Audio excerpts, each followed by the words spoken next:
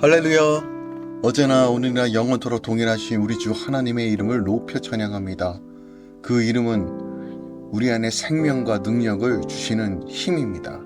우리 주 예수 그리스도의 이름을 붙들고 나아갈 때 어떠한 상황에서도 돌파할 수 있는 힘이 생깁니다. 함께 믿음으로 바라보고 우리가 주께 속하였다는 것을 함께 취하며 이 아침 시작하길 원합니다. 9월 6일 수요일 아침 예배 성삼위 하나님께 올려드립니다. 오늘 하나님의 말씀은 민수기 3장 40절부터 51절까지입니다. 민수기 3장 40절부터 51절까지입니다. 여호와께서 또 모세에게 이르시되 이스라엘 자손의 처음 태어난 남자를 1개월 이상으로 다 계수하여 그 명수를 기록하라. 나는 여호와라. 이스라엘 자손 중 모두 처음 태어난 자 대신에 레위인을 내게 돌리고 또 이스라엘 자손의 가축 중 모든 처음 태어난 것을 대신에 레위인의 가축을 내게 돌리라. 모세가 여호와께서 자기에게 명하신 대로 이스라엘 자손 중 모든 처음 태어난 자를 계수하니 1개월 이상으로 계수된 처음 태어난 남자의 총계는 22,273명이었더라. 여호와께서 모세에게 말씀하여 이르시되 이스라엘 자손 중 모든 처음 태어난 자 대신에 레위인을 취하고 또 그들의 가축 대신에 레위인의 가축을 취하라. 레위인은 내 것이라. 나는 여호와니라. 이스라엘 자손의 처음 태어난 자가 레위인보다 273명이 더 많은즉 속전으로 한 사람이 5세겔씩 갖되 성소의 세겔로 받으라. 한 세겔은 20개나니라. 그한 더한 자의 속전은 아론과 그의 아들들에게 줄 것이니라. 모세가 레위인으로서 대속한 이외 사람에게 속전을 받았으니 곧 이스라엘 자손의 처음 태어난 자에게서 받은 돈이 성소의 세겔로 1365세겔이라. 모세가 이 속전을 여호와의 말씀대로 아론과 그의 아들들에게 주었으니 여호와께서 모세에게 명령하신가 같았더라. 아멘. 하나님의 말씀입니다. 오늘 본문을 살펴보면 여호와 하나님께서 모세에게 이스라엘 자손의 처음 태어난 자 대신에 레위인을 취하여 여호와께 돌리라고 명하십니다. 그런데 레위인의 수가 이스라엘 장자 수보다 모자르니 그 차이가 난 수만큼의 속전을 아론과 그의 아들들에게 주라고 하십니다. 오늘 본문은 레위인의 계수와 레위 자손의 그 계보별 직분을 이야기하고 있는 내용 중에서 레위인으로서 대속하지 못한 273명의 장자가 드려야 할 속전 규례에 대해서 말씀하고 있어요. 그러니까 하나님께서 이스라엘에게 처음 난 자를 대신해서 레위인을 택하시고 하나님의 소유로 삼으셨습니다. 그런데 이스라엘 처음 난 자에 비해 레위인의 숫자가 적었습니다. 그 차이만큼 돈으로 바치게 하셨다는 것이에요. 그것이 바로 오늘 본문의 속전입니다.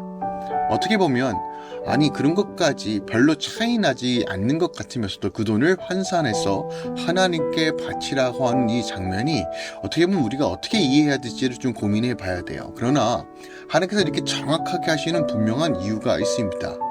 오히려 한 생명까지도 결코 소홀히 하지 않으시겠다는, 또한 자신의 소유로 삼으시는 하나님의 놀라운 섭리와 사랑이 분명하게 담겨져 있다는 것이에요.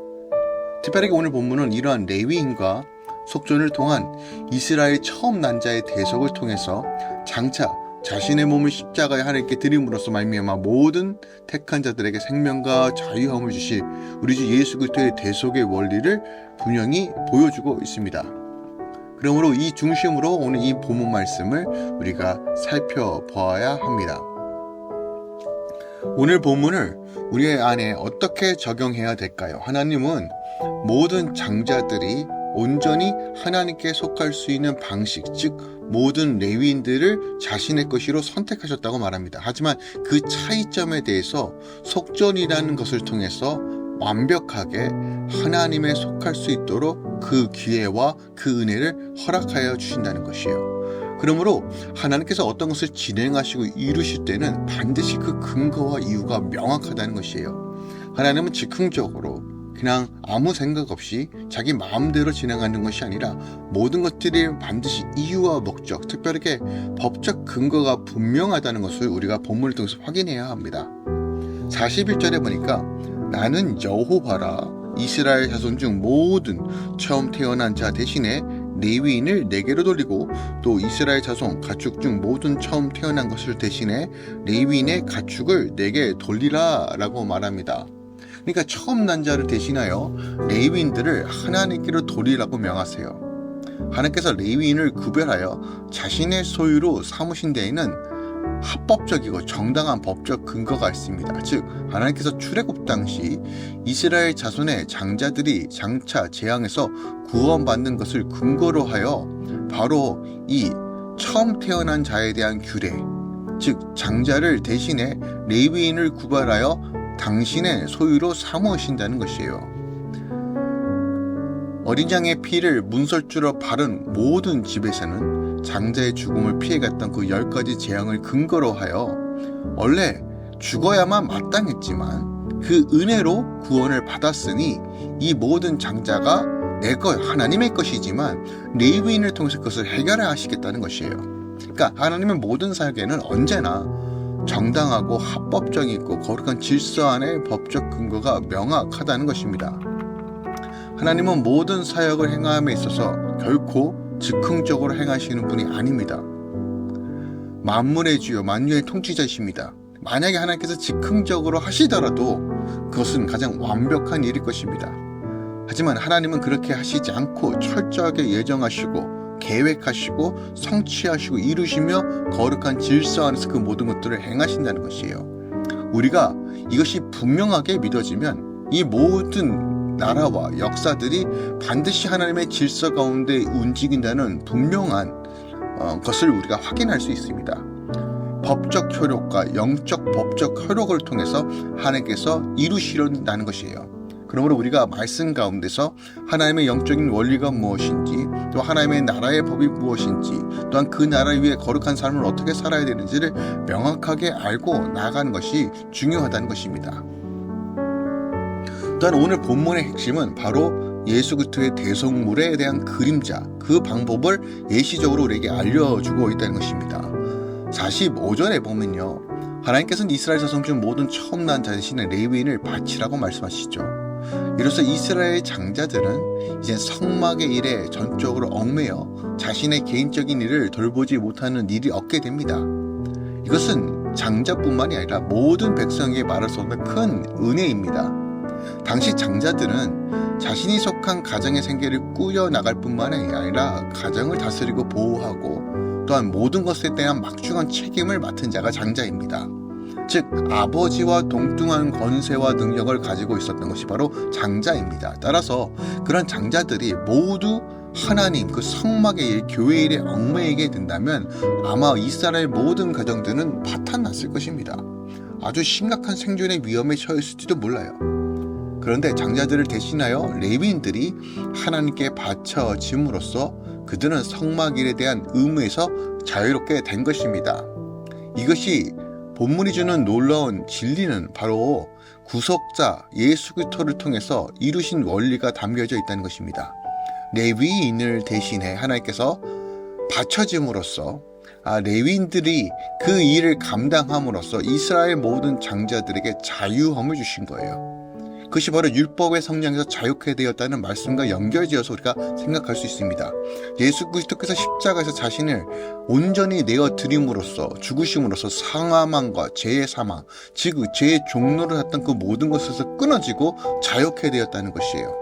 다시 말해서 죄로 인해 끊임없이 우리 안에 죄책감과 억울함과 그 가책이 우리 안에 매임이 아니라 더 이상 그런 심판과 공포의 두려움에서 발발발 떠는 삶이 아니라 그 모든 것들이 십자가의 속량, 예수 그리스도의 보혈로 속량되었고 하나님의 자녀되는 장자의 권세가 회복되어졌다는 것이에요. 그러므로 우리가 매일같이 살아갈 때 이것이 감사함이 무엇인지, 그 은혜가 무엇인지를 기억하고 되새기는 것이 핵심입니다. 늘 하나님은 그의 백성들에게 말씀하셨습니다. 기억하라. 이 말을 기억하고 지켜 행하라.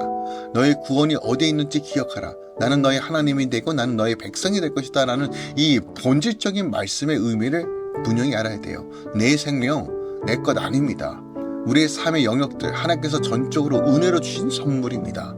그렇다면 우리가 이 받은 선물을 어떻게 누리고 증거하고 또 하나님과 기쁨 가운데 온전한 연합 가운데 또한 즐거움을 나눌 수 있을지를 고민하면서 온전히 믿음으로 걸어가야 한다는 것이죠.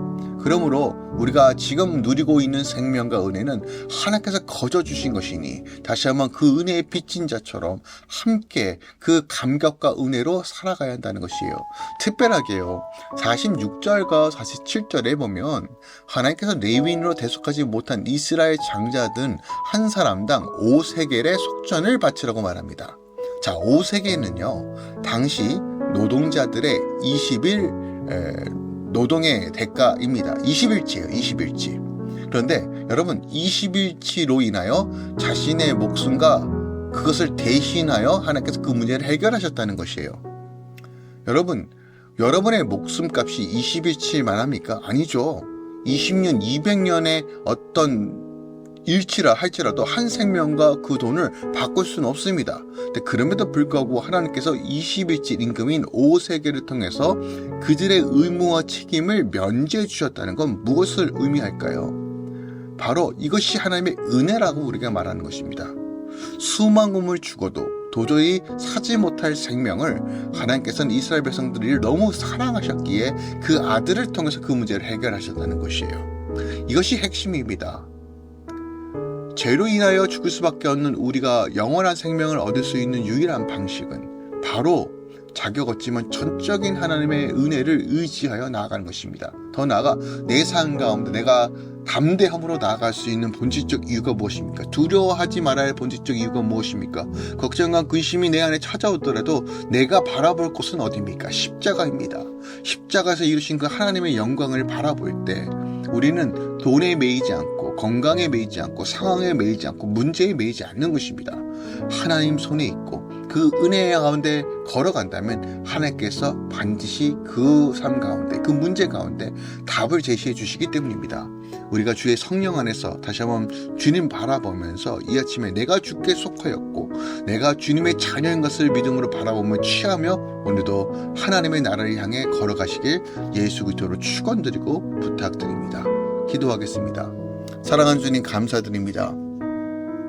오늘 레위인들은 내 것이라 말씀하시며 장자의 수와 레위인들의 수가 맞지 않으니 그 남은 수대로 계수하여 속전을 통해서 해결하심으로 모든 장자들, 모든 이스라엘 백성들에게 자유함을 허락해 주신 이 놀라운 말씀, 우리 주 예수 그리스도께서 십자가를 통해서 성량하셨던 그 놀라운 은혜와 영적 원리가 오늘 본문 말씀을 통해서 우리가 확인해 봅니다.